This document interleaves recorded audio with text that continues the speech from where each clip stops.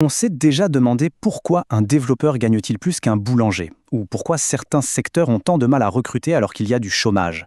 Eh bien, toutes ces questions nous ramènent aux forces de l'offre et de la demande qui animent le monde du travail. C'est ce qu'on va explorer ensemble aujourd'hui. C'est vraiment la question centrale, n'est-ce pas? Pourquoi un travail est-il plus ou moins payé?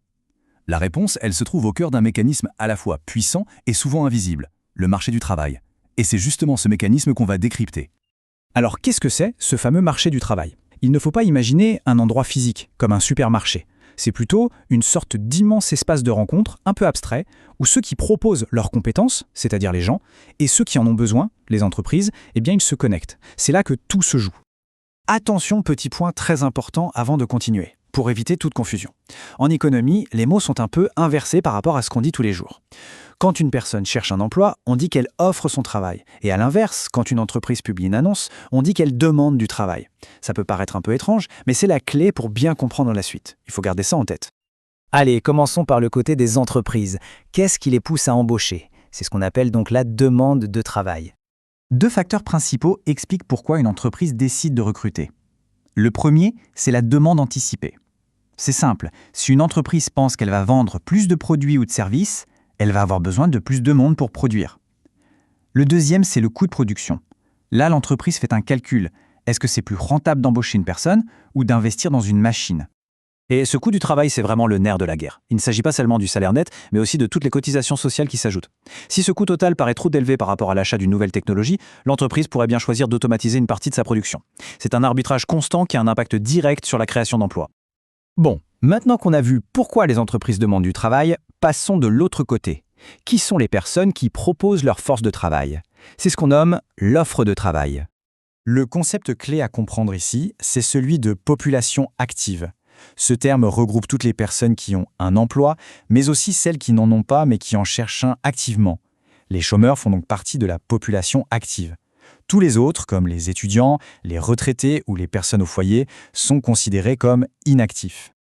La population en âge de travailler se divise donc en deux grands groupes. D'un côté, les actifs, qu'ils soient en emploi ou au chômage, et de l'autre, les inactifs, une catégorie où l'on trouve majoritairement des jeunes qui font des études, des retraités et d'autres personnes qui ne sont pas sur le marché du travail. Ce qui est fascinant, c'est de voir l'évolution de ce grand réservoir de main-d'œuvre. Regardez bien, en un peu moins de 50 ans, la population active en France a bondi de plus de 40%. On est passé de moins de 22 millions à plus de 30 millions de personnes. C'est une transformation sociale et économique absolument massive. Mais alors comment expliquer une telle croissance? Plusieurs grandes transformations sociales et légales sont en jeu. L'allongement de la durée des études, l'entrée massive des femmes sur le marché du travail et bien sûr les différentes réformes des retraites. Prenons d'abord l'exemple des jeunes. Le fait de rester plus longtemps à l'école a logiquement retardé leur entrée dans la vie active. On le voit très clairement sur ce graphique. Le taux d'activité des 15-24 ans a bien baissé, aussi bien pour les jeunes hommes que pour les jeunes femmes. Mais pendant que les jeunes entraient plus tard sur le marché, un autre phénomène absolument majeur a tout changé. La participation des femmes. Alors qu'à peine plus de la moitié des femmes étaient actives en 1975, aujourd'hui elles sont plus de 70%. C'est l'une des plus grandes révolutions sociales et économiques de notre époque, sans aucun doute. D'accord. On a donc d'un côté les entreprises qui demandent du travail et de l'autre les personnes qui en offrent. La question maintenant c'est comment leur rencontre permet-elle de fixer le niveau des salaires?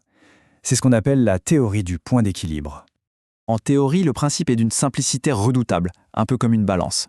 S'il y a énormément de candidats pour très peu de postes, alors l'offre de travail est supérieure à la demande. Les entreprises sont en position de force et les salaires ont tendance à baisser. A l'inverse, s'il y a une pénurie de main-d'œuvre, avec peu de candidats pour beaucoup de postes, ce sont les travailleurs qui ont l'avantage, et les entreprises doivent augmenter les salaires pour les attirer. Mais attention, cette vision théorique ne suffit pas à expliquer toute la réalité.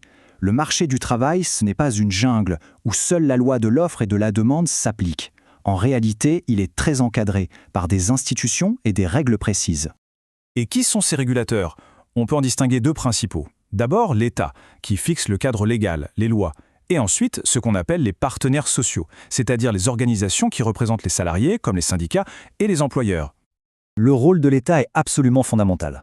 En établissant un droit du travail et surtout un salaire minimum, il vient poser des limites pour protéger les salariés.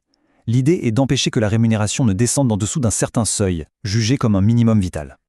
Pour que ce soit très concret, en France, ce salaire plancher, c'est le SMIC. Au 1er janvier 2024, sa valeur brute mensuelle était de 1 766,92 €. C'est donc le montant minimum légal qu'une entreprise doit verser pour un travail à temps plein.